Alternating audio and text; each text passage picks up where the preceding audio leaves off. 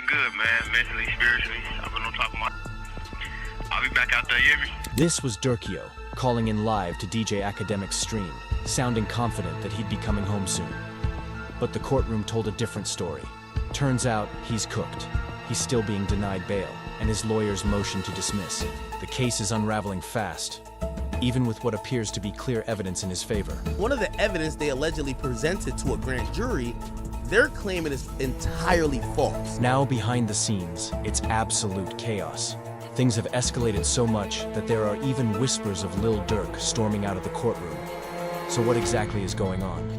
Let's break down the alleged courtroom drama, the ongoing legal war, and what it all means for Chicago's drill legend.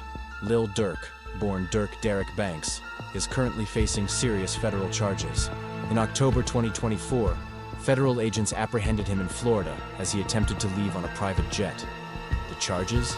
A murder-for-hire conspiracy that allegedly targeted rival rapper Quando Rondo. That plot reportedly ended with the fatal shooting of Rondo's cousin, Savia Robinson, aka Lul Pab, in Los Angeles back in August 2022. Since his arrest, Durk has been locked up, denied bail again and again, despite his legal team offering massive bond packages, including $2.3 million in equity and an additional $1 million in cash. That's a serious offer, which tells you how heavy the charges really are.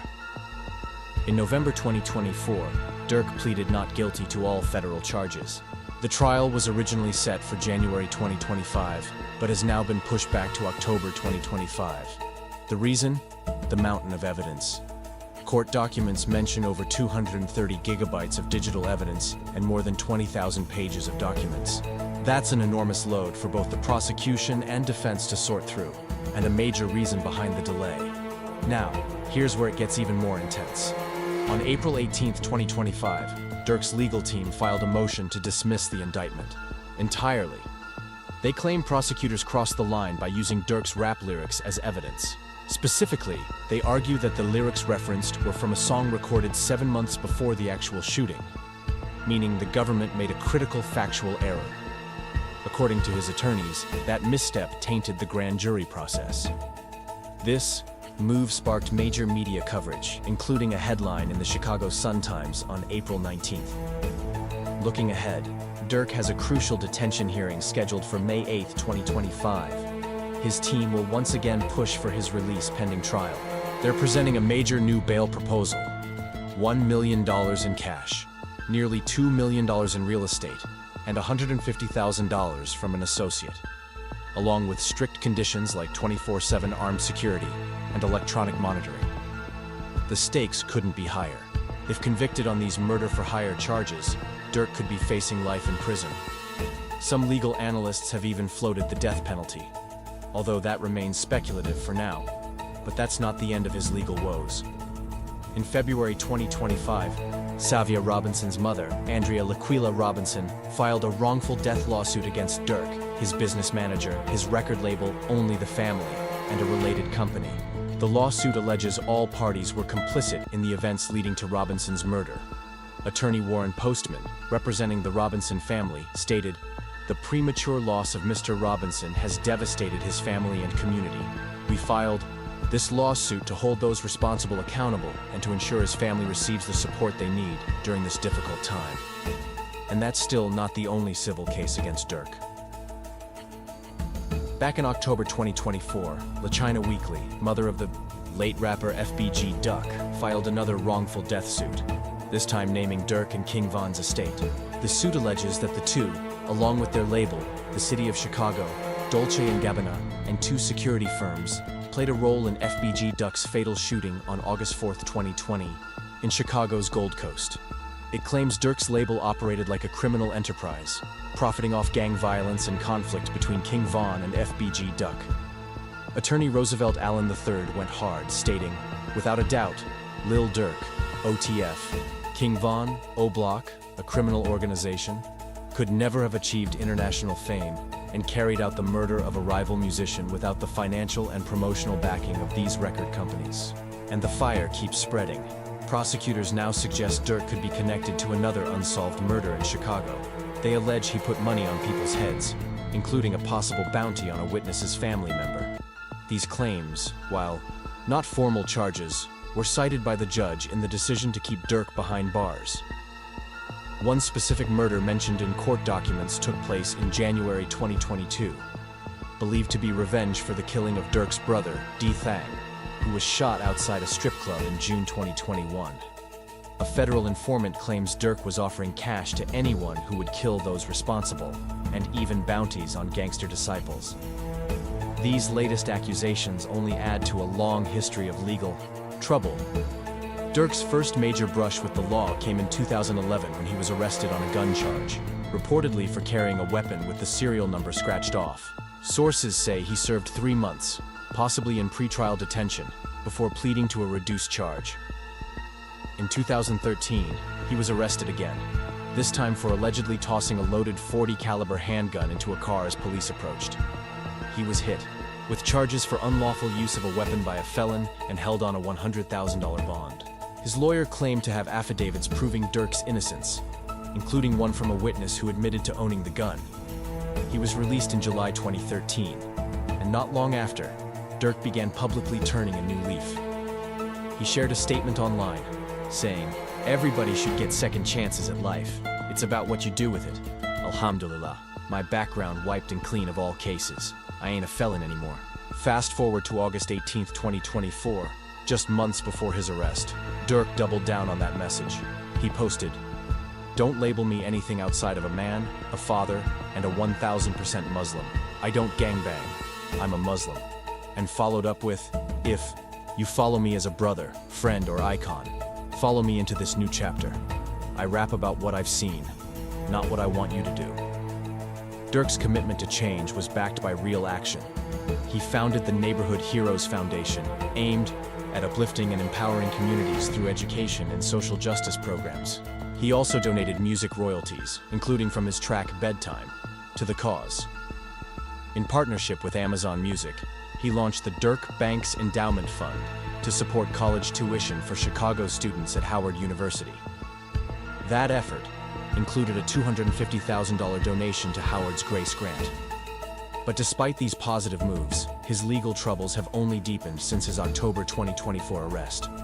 Durk remains incarcerated at the Metropolitan Detention Center, facing a storm of criminal charges, civil lawsuits, and allegations that could shape not just his future, but the conversation around rap, crime, and the justice system in America. Inside Lil Durk's legal battle, jailhouse hustles, music moves, and mounting evidence as of April 29, 2025, Lil Durk remains locked up in Los Angeles at the Metropolitan Detention Center, where he's been held for about 6 months. But his time behind bars hasn't exactly been smooth. Reports say he's been violating jail rules, specifically by making unauthorized three-way phone calls. Prosecutors even submitted a sealed exhibit outlining these infractions to argue against granting him pre-trial release. These alleged rule violations could be damaging to Durk's legal strategy and hopes for bail. Still, the Chicago rapper has managed to stay active in the music scene from behind bars. On March 18, 2025, Rolling Stone reported that Durk's team announced an upcoming album titled Deep Thoughts, scheduled for release on March 28th. The trailer featured producers speaking to Durk over the phone from prison, and the AI-generated album cover depicted him sitting in a graffiti-tagged jail cell. In the trailer, Durk's voice echoed, "The streets still need me," a declaration of resilience and influence, even while locked up.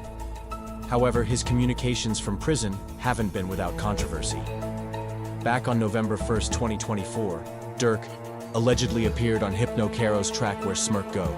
The song included what appeared to be a call from a federal correctional facility, where Durk rapped, "Hypno Caro, my brother from another, forever legend off Only the Family. I take your streets over, you know what time it is. Rest in peace." The track stirred up a wave of debate online. While some fans were hyped, others questioned the authenticity, wondering if the verse was AI-generated or manipulated. Hypno Caro, one of Durk's closest allies and collaborators, has been one of his loudest supporters during this legal storm. He's often highlighted their bond and Durk's positive influence on the culture. Other names standing with Durk include Chicago drill pioneer Young Chop, who praised Durk's loyalty and recalled how Durk supported him through mental health battles in Atlanta. Ashley Banks, who worked with Durk on Let's Get It Back in 2012, also spoke up, admiring his resilience and lasting impact on the drill movement. Durk's former manager, Brescia Lyrical McCulley, added that the charges don't reflect the man. She knows, calling him a voice for the heart and soul of Black Chicago. But not everyone's in Durk's corner. Andrea Laquila Robinson, mother of Savaya Lupab Robinson, filed a wrongful death lawsuit in February 2025, accusing Durk of financing the hit that took her son's life in August 2022. Similarly, Lasha Weekly, mother of slain rapper FBG Duck, filed a lawsuit in October 2024, alleging Durk had a hand in her son's 2020 murder. She's been vocal online, especially angry over Durk referencing her son in his lyrics and even calling him out after a tribute at one of his shows. Interestingly, Quando Rondo, the central figure in the case involving his cousin Lou Pab's death, took a different tone. On October 27, 2024, he posted a heartfelt message on Instagram calling for peace. "We didn't come into the music industry to die in the streets. We've got families, communities relying on us. We've already lost so much. I forgive anyone I had problems with. It's all love from me." Though not directly siding with Durk, his statement emphasized healing over hate. But while one of his biggest rivals is preaching peace, the legal system isn't showing Durk that same grace. The evidence piling up against him is overwhelming and damning. At the core of the case is an alleged murder-for-hire plot dating back to August 2022 in Los Angeles. Prosecutors claim Durk orchestrated a hit targeting Quando Rondo, which ended in the death of Rondo's cousin, Lou Pab. They believe the motive was retaliation for the 2020 murder of King Von, one of Durk's closest friends and collaborators. Durk is facing serious federal charges: conspiracy to commit murder for hire, use of interstate facilities for murder for hire, resulting in death, multiple firearms offenses. If convicted, he could be looking at life in prison, possibly even the death penalty, though that hasn't been officially confirmed. The case is massive in scope. Prosecutors have reportedly gathered 230 GB of digital evidence, including video and audio recordings, surveillance footage, photographs, witness statements, and over 20,000 pages of reports. Key evidence includes flight and bank records showing Durk's associates traveling from Chicago to LA days before the murder, as well as video placing Durk in Los Angeles on August 18, 2022. One of the most controversial parts of the prosecution's case is the use of rap lyrics as evidence. Durk's legal team filed a motion to dismiss on April 18, 2025, accusing prosecutors of misleading the grand jury by introducing lyrics from a song, Wonderful Wayne and Jackie Boy, as evidence of premeditation. The defense claims the track was recorded 7 months before the murder, and that any later versions were fan-edited YouTube mashups not linked to Durk himself. Prosecutors, however, argue that the song was altered post-incident to include Quando Rondo's reaction from a news broadcast, an edit they say adds credibility to their theory of intent. Legal scholars like Eric Nielsen have called out the trend of using rap lyrics in trials, calling it dangerously sloppy and warning that it criminalizes artistic expression. But it doesn't stop there. Prosecutors have suggested that Durk might be tied to another 2022 killing in Chicago. This one involving Stephen Mack, the man allegedly responsible for killing Durk's brother, D-Thang, outside a strip club in 2021. Two men, Preston Powell, aka JB Marley, and Anthony Montgomery Wilson, aka AJ, were charged in that alleged hit. AJ is currently in custody, while JB Marley is still on the run, with a $10,000 reward on his head. Court documents reveal text messages between AJ and Marley that prosecutors claim are about payment from Durk. In one message, AJ allegedly asked, "Did Durk give you that money?" Digging deeper, Reddit sleuths even connected AJ to Durk's AHA video shoot, released just weeks after Mack was killed. And as the case unfolds, rumors of snitching have begun swirling. One name popping up is Jam, who some believe is cooperating with the feds. Chicago rapper King Yella, associated with the Gangster Disciples, took to social media to fan the flames, calling out what he believes is a growing list of informants. But I heard somebody named OTF Jam, they said they've been calling him a rat. And basically he said, okay, I'm a rat. This accusation carries serious weight. as Jam is a longtime associate of Lil Durk. He was released from prison in February 2022 after serving 12 years for attempted murder. Since regaining his freedom, Jam has been vocal in trying to clear his name. He took to social media to address the controversy directly, stating, "KCJ Hester, aka Jam, is my real name. Until you see that name on any paperwork, don't come at me." But the situation took a dramatic turn when Jam accused Durk of dry snitching on him in a song. He posted online, "Calling me a rat or a snitch, but rappers snitch on themselves all the time." Jam was referring to Lil Durk's lyrics in the track Back Again, where Durk raps, "Jam, get out that jam, I give him 50, ain't gotta ask again." He was catching murders way back then. That's when the max was in. According to Jam, those bars seemed a little too close to home. However, he did confirm in a later interview that Durk had indeed looked out for him financially when he got out of prison. He said he gave you 50, bro. You know what I'm saying? Fact. More than that shit.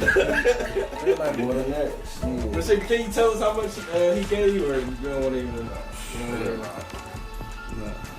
ain't gotta give him all that, but bro made sure he made a way for me to be straight. After Lil Durk dropped lyrics referencing his past in the track Law enforcement allegedly turned up the heat. According to Jam, things changed quickly once Durk started talking. He posted online, "Who snitched on who? He snitched on me in a song. Now police all up on me. After that, oh, he catching murders. Let's get him." But the snitching allegations didn't stop there. Another affiliate, known as Win, jumped on Instagram and accused more people of cooperating with authorities. He posted photos of two men, Marlon, Kirsch, and Karen Hollins, with the caption, "or a wire on." The implications were heavy. If true, it would mean conversations may have been secretly recorded, potentially putting Durk in serious legal jeopardy. One of the biggest claims? That Durk was allegedly caught on tape discussing crimes connected to King Von's past. That's especially significant considering that, in August 2022, investigators linked 3 homicides, including that of female assassin K.I., also known as K. Dover, to King Von's name, and he had been dead for 2 years at that point. This raises serious questions. Where did that information come from, and who gave it up? The debate over using rap lyrics as evidence in court has sparked major controversy in the industry. In Durk's case, the lyrics from his song Wonderful Wayne and Jackie Boy were allegedly used to show premeditation. But the defense fired back, claiming the track was recorded long before any incidents occurred, and prosecutors misled the grand jury. It's a larger conversation about where art ends and criminal liability begins. This isn't just about Durk. Similar tactics have surfaced in high-profile cases like Young Thug's RICO trial, where lyrics are being dissected as if they're sworn testimony. Critics, like Eric Nielsen, argue that interpreting hip-hop lyrics literally is a dangerous misunderstanding of the art form. As Durk's case unfolds, it sits at the crossroads of several complex issues: artistic freedom versus criminal evidence, loyalty and betrayal within close-knit circles. The blurred lines between music and the streets, and the spotlight is even brighter because of who Durk is. Not just a Grammy-winning artist with All My Life featuring J. Cole, but also a public figure who launched the Neighborhood Heroes Foundation and made significant donations to education. But the contrast is sharp, and on one side he's a community leader, on the other, he's facing serious allegations tied to murder-for-hire plots. His journey, from past weapons charges to now battling claims of orchestrating violent crimes, reflects a deeper narrative. It's about trying to leave the streets behind, making it in the industry, and the harsh reality of accountability that still follows.